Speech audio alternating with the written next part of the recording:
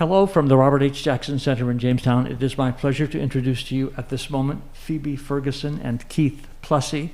They are descendants of the original litigants in Plessy versus Ferguson, the 1896 Supreme Court case that established separate but equal in the United States for more than half a century.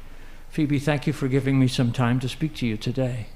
Well, thank you so much. So happy to be here. And Keith, thank you to you also. Thank you, sir.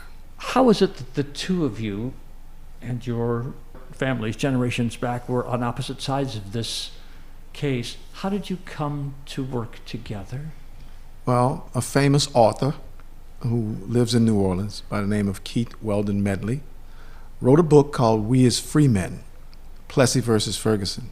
And in his book, he did in-depth research of both our relatives and information that we were pretty much not familiar with for most of our lives became evident to us from Keith Weldon Medley's book.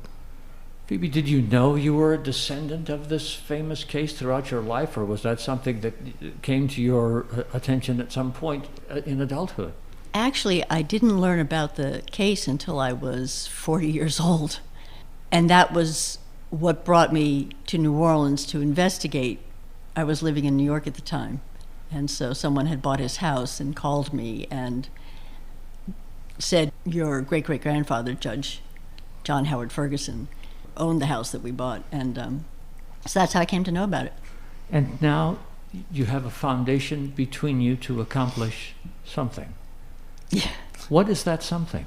Well, first and foremost, we are committed to teaching the history of Plessy v. Ferguson and its ramifications, its ongoing ramifications that it had for African Americans in this country, and how we can learn from both the strategies to build the case and the legacy after the case in what we accomplish as citizens in the United States today.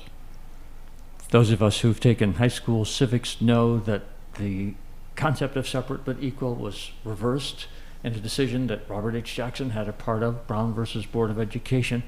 What then, Keith, is the legacy today of Plessy versus Ferguson? Phoebe suggested there are parts of this that live on in some ways. Yes, we witnessed it in recent decisions by the Supreme Court to remove rights from women in the Roe v. Wade case. In the time of Homer Plessy, he was being denied the right to ride on a train. And the makeup of the court may almost be similar to the court that Homer Plessy faced in 1896. And in our time, it just seems to be going backwards. So you see the Dobbs decision that came out just this summer as a bellwether for bad things to come, in the same way, Phoebe shaking her head up and down here, in the same way that Plessy versus Ferguson was a bellwether of bad things to come? Well, it is, because the court has once again skewed the due process rights, in this case for women, effectually making us second-class citizens.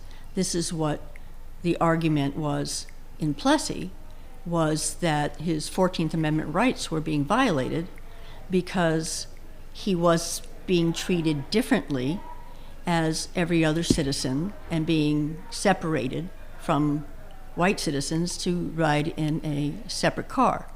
So in this case, it's remarkable how many times Plessy versus Ferguson was included in recounting the Dobbs decision, because they used Plessy versus Ferguson as a precedent because Brown v. Board of Education overturned Plessy as being a wrong decision.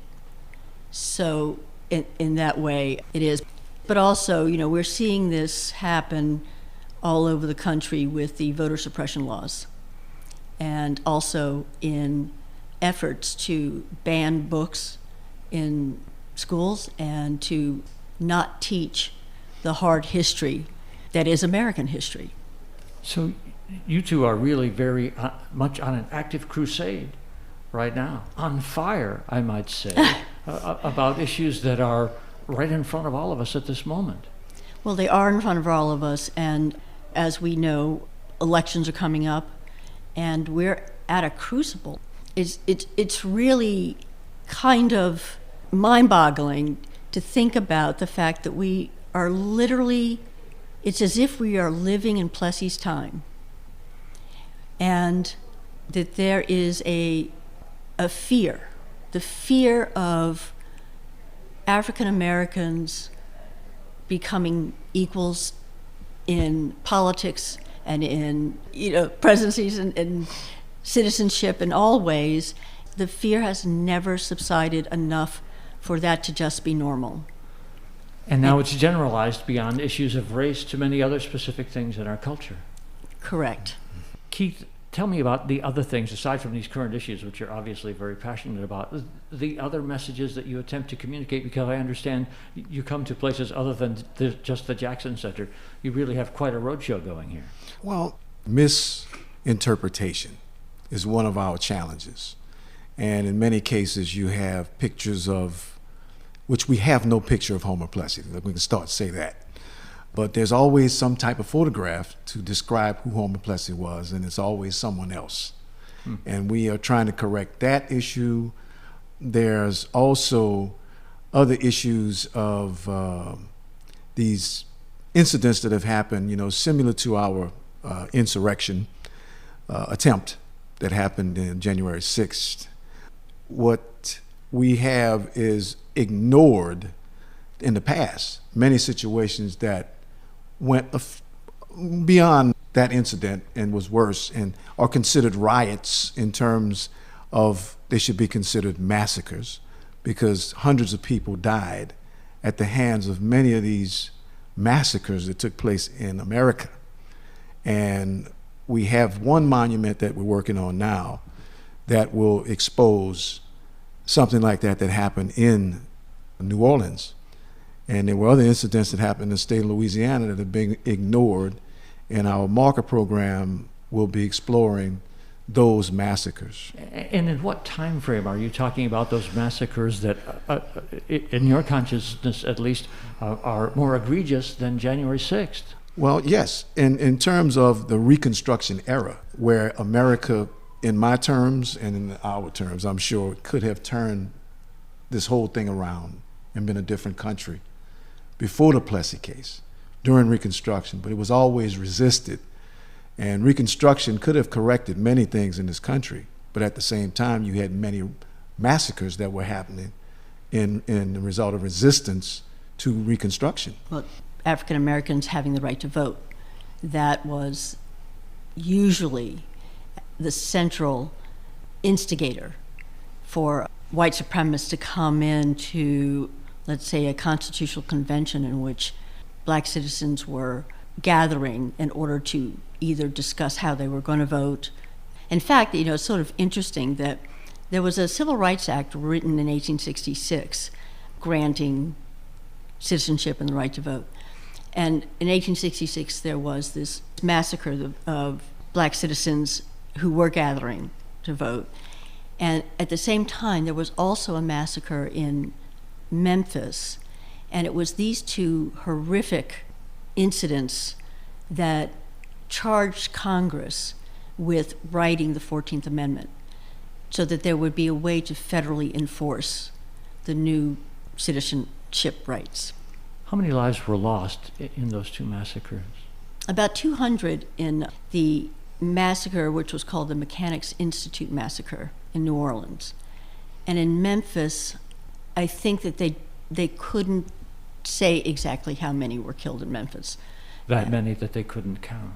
Well, there isn't a figure, but they were both so horrific and chilling that Congress had to figure out a way to codify those laws, and so therefore the 14th Amendment was written in order to protect their rights. I am keeping you from lunch in this interview, so I'm just going to ask, as we conclude, the way in which people can learn more of this story, and your work together at this time. What is the next best step for them? You can always go to our website, which is plessyandferguson.org, and you will get some sense of our foundation and the history, but we're going to be adding a great deal more background history to the case so that students can use it while working on their reports and their videos and all the things that they tend to do around this time for Plessy versus Ferguson. You can also find where you can ask us to come and speak is on our website. But there are a great many books and resources that we recommend to learn more about the case. And the other thing is that you have to know your history in order to make change today. And so it is important that you understand what the struggle is and that you become a participant in an activist through voting and through other ways of changing current policy and legislation. Keith Plessy, a final thought. Well, it comes to mind two young men very young men who I thought were college students who sought us out to help them to create their video for school, a history video about Plessy v. Ferguson. These little guys were like 9 years old, and they were doing this video about Plessy v. Ferguson. And it inspired us to help them get those things correct, that like I was talking about, the misinterpretations of the history and, not saying the correct things. But we're still waiting on their edited version of their video. And we're here for those kinds of students that want to find out the truth about the case and get the details right. So we're willing to help with any kind of retelling of the story. Phoebe Ferguson and Keith Plessy, thank you very much both for your time. All right. You're welcome.